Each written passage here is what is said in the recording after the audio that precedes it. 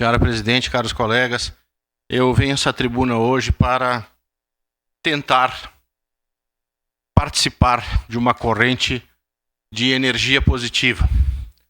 Nós estamos passando por uma tragédia histórica. Mais de 80% das nossas cidades estão destruídas de uma forma ou de outra. E eu gostaria de começar a minha fala apresentando um vídeo que me tocou muito, me emocionou, por que não dizer. Se possível, eu gostaria de passar o vídeo para depois seguir na minha fala. Com o volume.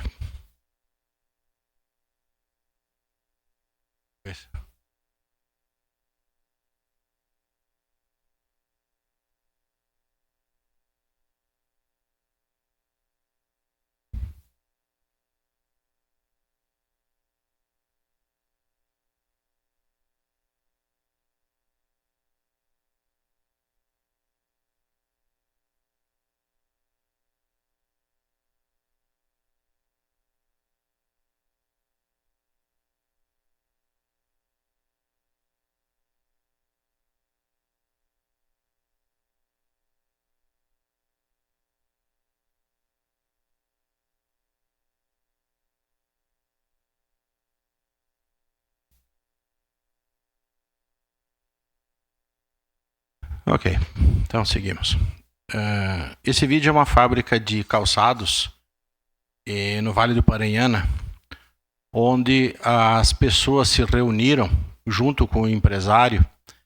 Então, se puderam só acompanhar, o som era o hino, o nosso hino rio-grandense, e mostra os funcionários, ali o chefe, o supervisor.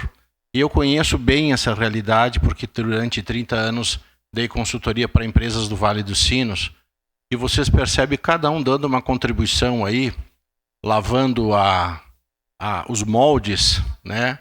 E o setor calçadista é um setor altamente empregador de mão de obra, assim como demais setores de proteína animal e assim por diante. Por isso que é muito importante reforçar, e algum colega falou aqui hoje sobre isso, porque o voluntariado e a solidariedade, ela chega um momento que cansa. Chega um momento que as pessoas têm as suas próprias vidas.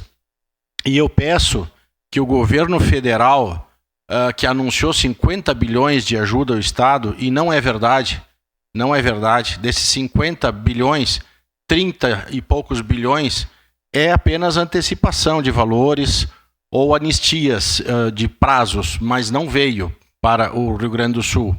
E também com a dívida do Rio Grande do Sul. Hoje o Rio Grande do Sul tem uma dívida superior a 90 bilhões. E hoje, pessoal, 77% do compromisso financeiro do Estado do Rio Grande do Sul é com pessoal e juros de dívida.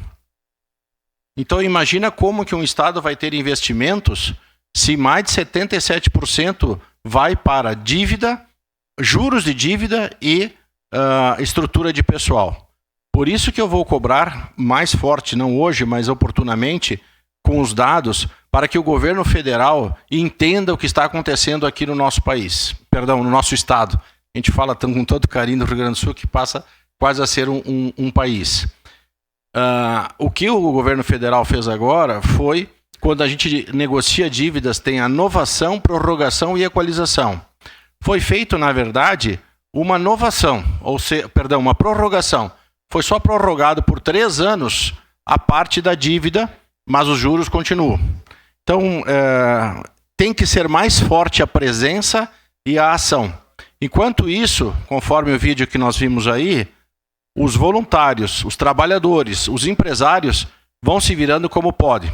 Foi um dos maiores exemplos que eu tive na minha vida de que o setor privado se unindo é muito, mas muito mais eficiente do que muito discurso de palanque aí. Obrigado, senhor presidente.